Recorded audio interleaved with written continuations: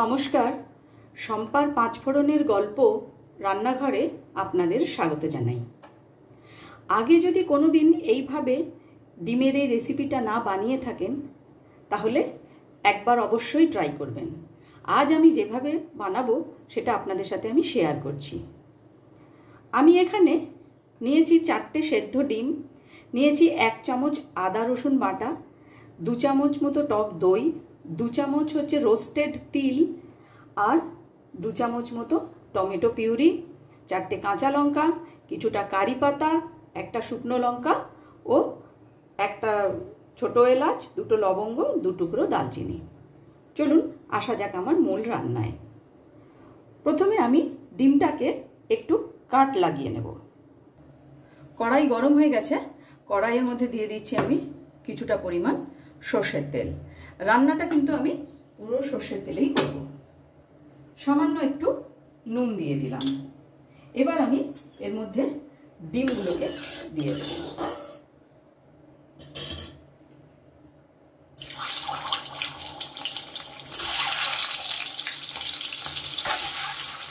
আমি কিন্তু ডিমগুলো হলুদ দিয়ে ভাজবো না, শুধু এখানে নুন দিয়ে ভেজে নেব। ডিমটা আমি এইভাবে ভেজে নিয়েছি। এবার আমি ডিমটাকে তুলে নেব। এখন এই ডিম ভাজা তেলের মধ্যেই আমি দিয়ে দিলাম গোটা গরম মশলা আর একটা শুকনো লঙ্কা ফোড়ন। একটু সামান্য নেড়ে নেব। এরপরে আমি দিয়ে দিচ্ছি 1 চামচ আদা রসুন বাটা। এই আদা রসুন বাটাটা আমার আগের থেকেই ছিল বাড়িতে।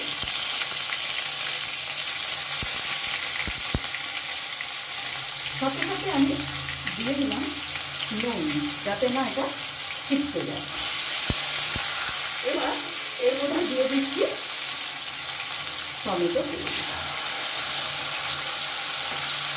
ভালো করে এটাকে আমি কষিয়ে নেব। আমার রান্না যদি আপনাদের ভালো লেগে থাকে, যারা ফেসবুক থেকে দেখছেন তারা লাইক ও ফলো করে আমার পাশে থাকবে, আর যারা ইউটিউব থেকে দেখছেন তারা অবশ্যই চ্যানেলটি সাবস্ক্রাইব করে পাশে থাকা বেল আইকনটি প্রেস করবেন, যাতে আমি কোনো নতুন রেসিপি দিলে আপনাদের কাছে নোটিফিকেশন পৌঁছে যায়। মশলাটা ততক্ষণ কষানো হোক, আমি ততক্ষণ রোস্টেড তিল দই দিয়ে বেটে নেব। আদা রসুন আর টমেটোর কাঁচা গন্ধটাও চলে গেছে, আর এটা থেকে তেলও ছেড়েছে। এবারে এর মধ্যে দিয়ে দেবো আমি লঙ্কার গুঁড়ো। এখন দিয়ে দিলাম একটু লঙ্কার গুঁড়ো, আর দেব সামান্য পরিমাণ একটু ধনের গুঁড়ো। এটা ভালো করে মিশিয়ে নেব।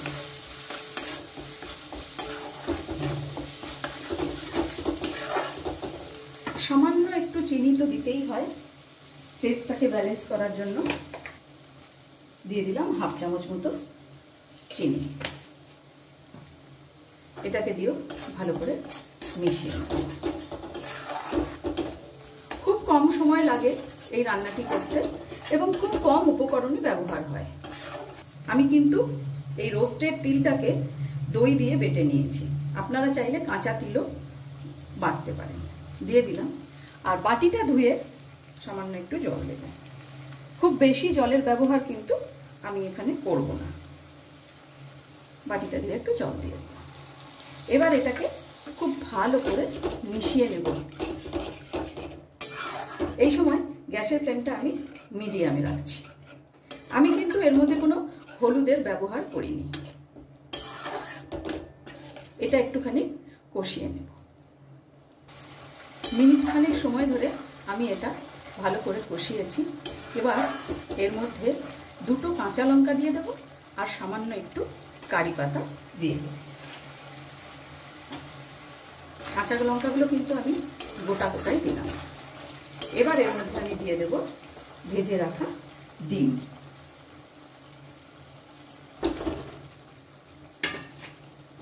ডিমটা দিয়েও ভালো করে মিশিয়ে নেব। বাড়িতে একবার এইভাবে তিল বাটা দিয়ে ডিম রান্না করে দেখবেন, দারুণ হবে খেতে। খুব কম সময় লাগে আর সেরকম কিছু মশলাও এখানে ব্যবহার করা হয়নি বা মশলাও লাগে না। এবারে আমি এটাকে মিনিট খানেকের জন্য ঢেকে দিলাম। মিনিট খানেক হয়ে গেছে, এবার এটা খুলে নেব ঢাকা।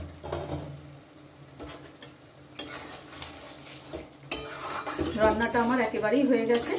এবারে এর মধ্যে বাদ বাকি যে কটা কারি পাতা ছিল সেই কটা কারি পাতা আমি দিয়ে দিচ্ছি, আর গ্যাসের ফ্লেমটাকে অফ করে এটাকে ঢাকা দিয়ে রাখলাম।